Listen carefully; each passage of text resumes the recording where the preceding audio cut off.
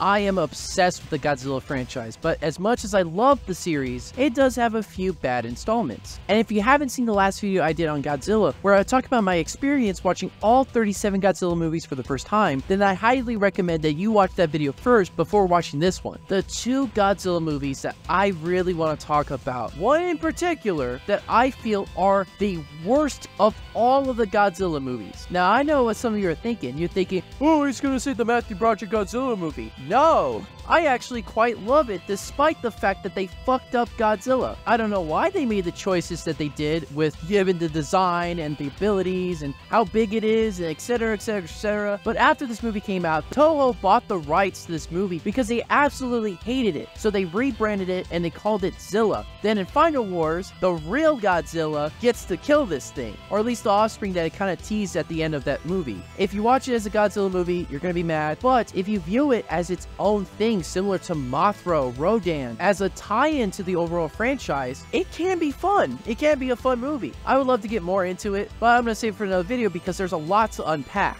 I would say that the movie that was worse, far worse than Zilla, was Godzilla All Monsters Attack. This is widely accepted as one of the worst Godzilla movies, but some people kind of sweep it to the side and say, oh, that doesn't count. It was made for kids. It's a kids movie. Who cares? It shouldn't matter if it was made for kids or not. Some of the best movies are made for kids. At least in Kung Fu Panda, they tried. Shrek, they tried. Batman the Animated Series, that whole show was made for kids, but it had incredible writing because the show didn't treat it as a stupid kids cartoon. All the things I just mentioned had great writing, great visuals, great acting. They actually tried with their stuff. This movie didn't do dick. This movie is an hour long, so it is the shortest Godzilla movie of all time. The thing is, it is about this kid who imagines a meeting Godzilla, specifically his son Minula. Yeah, they call him that. So half of the movie, or the majority of the movie, doesn't happen because it's all in this kid's head. Those parts of the movie is about this kid going to Monster Island, where he meets up with Minula, who talks. That's great. And the rest of the movie, where real stuff happens, is basically Japanese Home Alone, where this kid is entangled in these cat burglars' web. These guys stole a bunch of money. I forgot what they stole. The point is they kidnapped this kid, and this kid has to gain the courage to essentially fight these fuckers off and stop the cat burglars. But the thing is, I don't care because you wasted my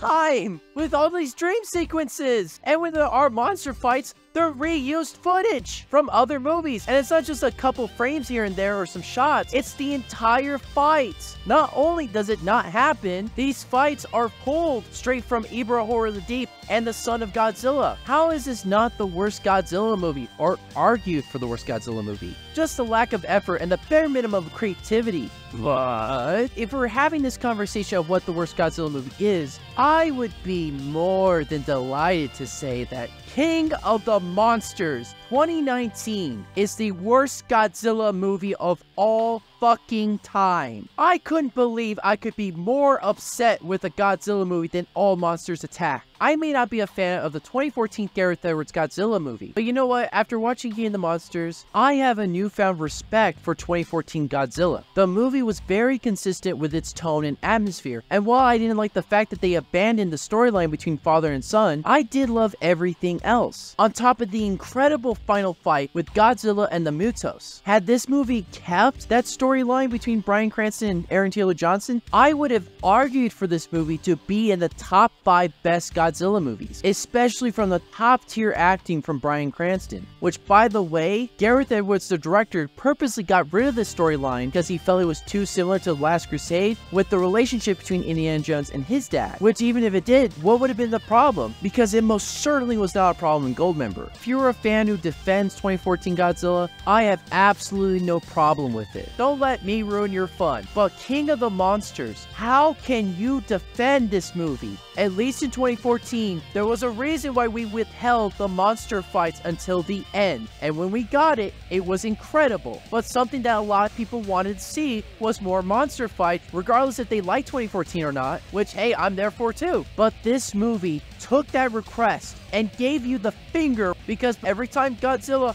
hits Ghidorah, it cuts back to humans and we focus on them for a while. Then when it cuts back to the monsters fighting, every time Godzilla got hit, it would cut back to the humans and we would focus on them for a while. We spend more time watching the humans try to escape than we do watch the monster fights. Why can't I just sit down and enjoy them beating the absolute crap out of each other? When you watch a fight, you want to see it uncut, uncensored, in all of its glory. I wouldn't have minded they did the same thing that they did in 2014, where sure, we cut away from the monster fight, but it doesn't cut back and forth where it kind of teases you or just blue ball you. It did it way better because it made it more suspenseful and it made it more satisfying at the end. When the older Godzilla movies cut to the humans, they do it sparingly. It doesn't cut every 10 seconds like this movie does, where it's like, oh, we'll spend 10 seconds here with the monsters, then we'll spend 3 minutes with the humans, and then maybe we'll cut back to the monsters. Like, none of that. If that wasn't bad enough, we have the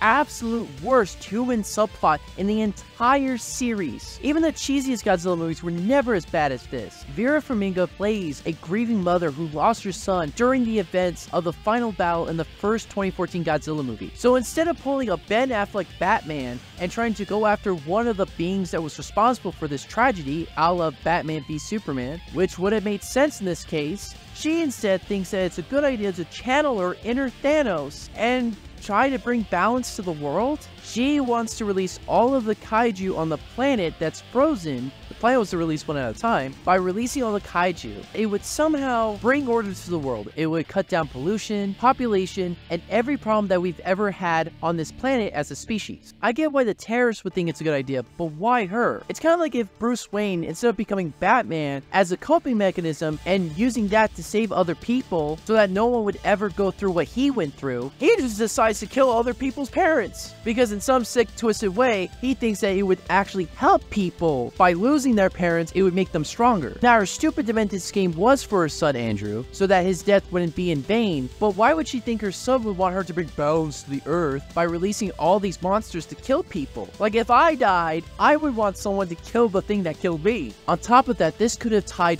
perfectly to Godzilla vs. Kong. Maybe Vera Farmiga's character not only wants to kill Godzilla to avenge her son, but also she realizes that one day, if humanity can prove it can stand toe-to-toe with Godzilla, that if it could be so powerful it could stand up to Godzilla, Godzilla would end up killing all of humanity, because this Godzilla only targets creatures that could be hostile to him, which was even shown in this movie when they have to show to Godzilla that they are not a threat by turning off their shields. Ken Watanabe's character would have argued that either humanity could never measure to the power of Godzilla, or that Godzilla is so good that he would never harm a human being. And then what happened to Godzilla vs. Kong? You know what happened. And what makes even less sense is the fact that they released Ghidorah and knew nothing about the creature. They called it Monster Zero, a reference to Invasion of the Astro Monsters, the 6th movie in Godzilla history. They knew nothing of its origin, they believed it was of Earth, then this monster comes out, then Ghidorah had the power to release all the monsters out at the same time. Why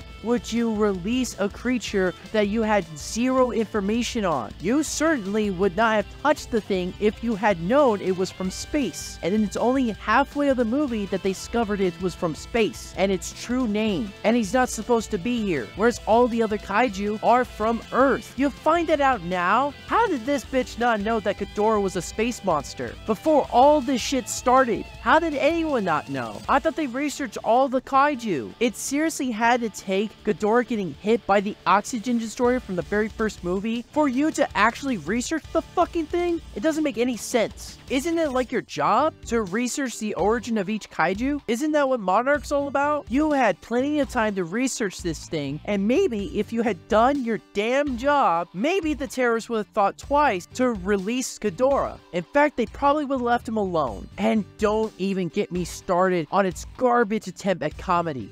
My God, Godzilla.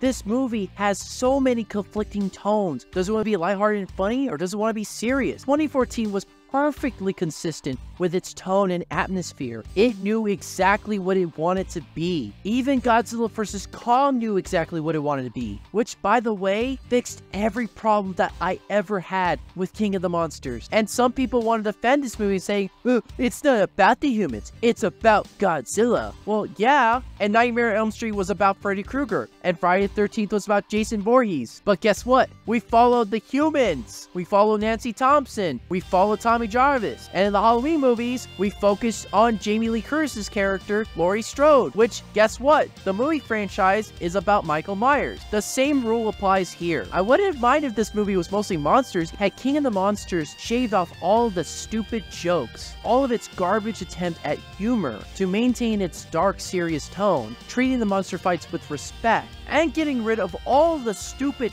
fake outs throughout the movie. Holy crap, that was annoying. Oh, look at that. Oh my god, Ronan's gonna get that. Oh my god, Ronan's gonna kill Mothra. Oh my god, oh, Mothra got him. Oh my god, Ghidorah Dora's alive. Oh my god, oh, why is Godzilla eating Ghidorah? Does Godzilla eat meat? And tweak the story to where it makes somewhat sense, this would have been a really good Godzilla movie. But something that I feel will really hammer the point home is that Kong Skull Island and Godzilla vs. Kong succeeded in everything that Godzilla King of the Monsters failed to do, which I am more than happy to explain in the next Godzilla video.